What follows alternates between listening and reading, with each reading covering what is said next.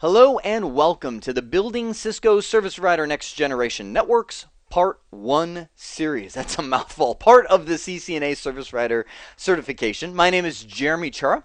I will be your instructor through this series, which is going to be awesome. And this nugget lays the foundation for the whole thing. In this nugget, I like to approach it as kind of a frequently asked questions about this series. What is CCNA Service Provider? How does it compare to CCNA Service Provider Ops? What if I already have a CCNA? All those kind of questions, as well as how you should be approaching this series from an educational perspective. Let's get started. Well, let's start off talking about the certifications themselves. So Cisco has a certification program, that's probably why many of you are here right now, that validates somebody knows what they're doing in a particular area of technology. Now, most people will come into the Cisco world by Googling, how do I learn Cisco? And just about everybody will learn about ICND1 and ICND2, which the combination of those exams will get you a CCNA. But also, Cisco has built their certification program off this CCENT certification, which comes from passing a single exam. CCENT is a welcome to Cisco world. What is a network? What is a router? What is a switch? Just kind of fill in from the ground level, somebody that just knows basic technology, and get them into the Cisco world, which makes it a fantastic series to get people into just about anything. There's a lot here like CCNA voice, CCNA security, CCNA wireless. Essentially, CCENT is the foundation of them all. And I know what some of you are thinking right now. You're like, Jeremy, you forgot a line right here. No, actually I didn't. Cisco approached the CCNA service provider completely different with this realm, to where it's self-standing, which makes my little flowchart painful. I'm like, it's like a severed limb over there. It needs a line, but it's not. It's a standalone program. I think Cisco did that because there's a lot of people that are working in a service provider environment, sometimes working at the help desk. That somebody will call, hey, how do I reboot my DSL modem? How do I, so it's kind of taking people, a lot of them that are working in those positions, and saying, okay, you have a little background with this, right? You're working there, or maybe you work at a hosting company or something like that. You're looking to get into the service provider realm. Is there a fast track, if you will? That's what I think CCNA Service Provider was designed to do, and that's why they replaced CCENT. There's no CCENT requirement. There's just this series and the following one, the Building Cisco Service Provider Next Generation Networks Part 2, or SPNGN2, will get you the CCNA Service Provider. Now, let me fill in my bullets, and let me just remind myself to talk more about that fast. Most people go after the normal CCNA first. That's fine. You may already have a CCNA by the time you're here listening to me. I'll talk about that in just a moment. These have an expiration of 3 years, meaning when you get certified, let's say you get your CCNA Service Provider or your CCNA, 3 years from now you will lose it unless you do something about that.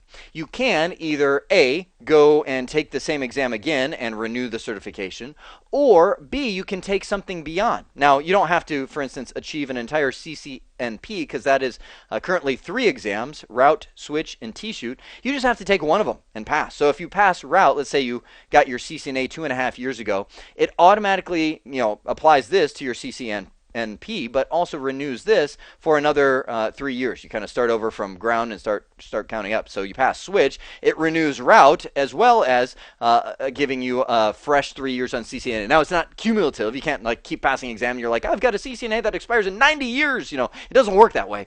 But it will keep renewing. Just to give you an example, I've been in Cisco for a long time. I'm going on 14 years. That's freaking me out. But I have a CCIE in routing and switching, as well as a whole gamut of these certifications. But I don't worry about those. I just renew this once every 2 years. Matter of fact, in May, I have to do that. If I don't do it in May, I lose it. So I have to go renew this, and it automatically renews everything else below it. So I don't even have to think about these, which is great. I don't have to spend a lot of time doing that. Now, okay, I wrote fast. So let me mention fast, and then I'll get into the difference between these two, service provider versus service provider ops. So what do I mean by fast? What I mean is CCNA Service Provider really replaces a lot of the information from CCENT and overlaps heavily with it. And you'll see a lot of the same concepts here as you will in ICND1. However, it comes at it a little faster, a little differently, because it's almost assumed that as you come into this environment, you are kind of dealing with this world. Service provider, and I'm trying to quantify that, service providers are really the pinnacle of networks, right? It's like the dream networks where pieces of equipment cost hundreds of thousands of dollars, if not millions of dollars, to install. That's the kind of environment that we're walking into. So it would be assumed that you may have heard of, for instance, fiber optic cabling and how that works. Maybe you're a technician that works in sonnet rings and connects those kind of cables, and you're saying, okay, I want to move from working at the physical layer into working in more of a NOC, network operations kind of environment. That's what this course is geared for. So it does. I was really impressed. It does come at you fast, and there's a lot of material to cover. That's why this series is longer than the typical ones that we have at CBT Nuggets. So what's the difference then? What's the difference between CCNA Service Provider Ops or operations and CCNA Service Provider? Why did they have this kind of disjointed feel?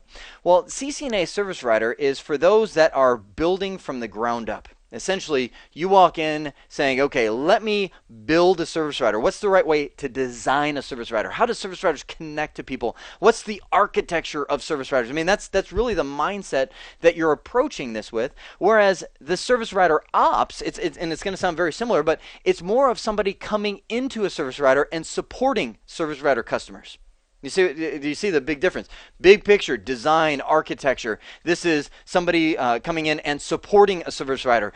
Starting off maybe at a help desk with a service provider and then progressing into more of like, okay, now I'm going and helping and troubleshooting and working in the data center. And then, as I come down to here, I'm the ninja that they pull out of the closet when everything's gone wrong, if you will. So that's really the two different mindsets, is one of design and architecture.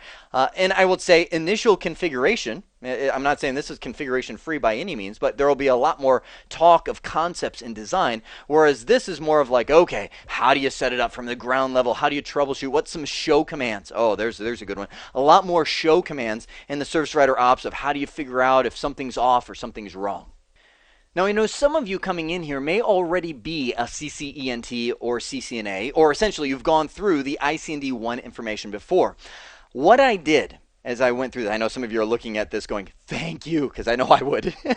What I did is, as I recorded this series, I notated the new stuff that is not in ICND1 so that you don't have to go through all the redundant information. You can still see it's a pretty sizable amount, but there's large gaps in there that is essentially stuff that you don't have to listen to, which if you combine this stuff in this spreadsheet right here with the knowledge from ICND1, you should be able to go take the SPNGN1 exam and do just fine. Well, before I get into how you should approach this series, I want to talk about how we train at CBT Nuggets, and I can boil it all down to one word: apprenticeship. I think some of the best learning I've ever received has been when somebody takes me under their wing and says, okay, Jeremy, check this out. This is how it all comes together. And that's, let me just this last week, can I give you a practical example? I was at a data center with another engineer, and we were installing some equipment in the rack, and he goes, I don't think we're going to have enough amps for this rack. And I looked, I was like, power. I said amperage, wattage, voltage, power. I don't get, I know that router right there draws 100 watts. How does that relate to 16 amps that we get? And he goes, oh, dude. So he pulls out this piece of paper, and I can't describe how enlightening. I was empowered. Hey, look at that. For the next 15 minutes, he just goes through and is like, oh, and this and this. And I'm like, oh, that makes sense. And that's really the goal that we're after, is to create these little short 20 to 30 minute sessions that accomplish just that, where somebody walks away going, oh, okay, I get it. And we do that without, a lot of fancy flying stuff on the screen. It's like, here's a whiteboard and let's talk through it. Here's a router, let's configure it. Also realizing that we are never reading from a teleprompter. We don't read bullets or anything like that. So I say as I'm saying it, I fall down, sometimes literally, sometimes figuratively. I'll be halfway through a config scratching my head going, well, hang on. But I have found that sometimes it's the best learning experience is when things don't go right the first time and we kind of work through it. Anyway, all of this is, at the end of the day, this is one of the most amazing careers that you can have. So, of course, I'm here to convey knowledge, but you can get knowledge just surfing the internet, right? Everything I'm going to say now or for the rest of my life is probably somewhere out on the internet. So knowledge is one piece, but just seeing how it all fits together and going, oh, that's amazing. That's the other piece. So let me blend that into now how to get the most from this series. Number one, repetition. CBT Nuggets is everywhere. iPhone, iPad, Android, TV, computer, laptop, everywhere. So I'm often driving to a destination. I'm like, hey, let me throw on, Sean Powers teaching me Ubuntu Linux, and I'll chuck it in the passenger seat and just listen to him talking through it. I'm like, by the time I get to my destination, I've learned something new. Take notes, writing key information down, because sometimes just hearing it, here's a terrible fact. I'm hesitant to even share this. Did you know if you hear something and a month later don't do anything with it, you will remember 2% of what you hear? Seriously. So combine what you're hearing right now with some other thing that you're doing. Of course, visually watching it, but also writing things down, pausing it, trying it, seeing how it all fits together. Being active in the learning, not just kind of a passive TiVo listener. Build or rent a lab. I know right now we're in the CCNA Service Provider series, so iOS XR devices are not cheap. We're talking carrier equipment. So there's, you might just go on Google and type in iOS XR rental. There's a lot of places that have equipment, sometimes pretty cheap, that you can rent so you can get a little bit more hands-on experience. Of course, study hard, dig deeper, and fall in love. What do I mean by that? I mean that the more you know something, the more you love it. And I will tell you, and I know this sounds sad, but it's true. Every time I get into something new, I don't like it. I've gone into security, network security. I don't like it. And then I study, learn. I'm like, that's pretty cool, because I'm feeling proficient. Voice over IP, I got into. I'm like, I don't want to run phones. I don't want to make phones ring, blah, blah, blah, blah. It's like, and then I learn more and more. I'm like, it's pretty cool, And so, like, as you gain more knowledge in something, you fall in love with it. I mean, good grief, you can apply that to everything. I mean, your wife, your husband, right? The more I learn about my wife, here we go, man, where's this series going, right? If I put the time and effort into it to learn more and dig deeper, study hard on my wife, the more I'm like, oh man, you're awesome. And the more that she's, that's why we have 5 kids, right? So anyway, where am I going with this? That's the same mindset that you can approach this CBT Nuggets series with, is that mindset of, this is hard. There may be times where I don't get it, but as you push yourself, dig deeper, study hard, you are going to be like, and then true love results. And with that, I launch you into SPNGN1. I hope this has been informative for you, and I'd like to thank you for